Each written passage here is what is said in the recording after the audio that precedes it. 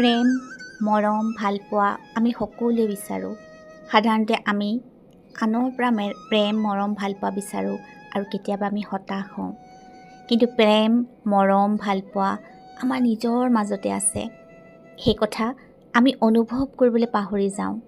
আমি যদি সেই কথা অনুভৱ কৰিব লাগে, আমি যদি প্ৰেমৰ ফ্ৰিকুৱেঞ্চিত সদায় থাকিব বিচাৰোঁ, তেতিয়াহ'লে আমি কেতিয়াও প্ৰেমৰ বাবে হাবাথুৰি খাব নালাগে। আজি মই আপোনালোকক এটা প্ৰেমময় মন্ত্ৰ ক'ব বিচাৰিছোঁ। 3টা বাক্যৰ এই মন্ত্ৰ আপোনালোকে যেতিয়াই পাৰে তেতিয়াই যদি আওৰাই আপোনালোকে অনুভৱ কৰিব, আপোনাৰ নিজৰ ভিতৰতে প্ৰেমৰ উৎস অনুভৱ কৰিব পাৰিব আৰু আপোনাৰ চাৰিওফালে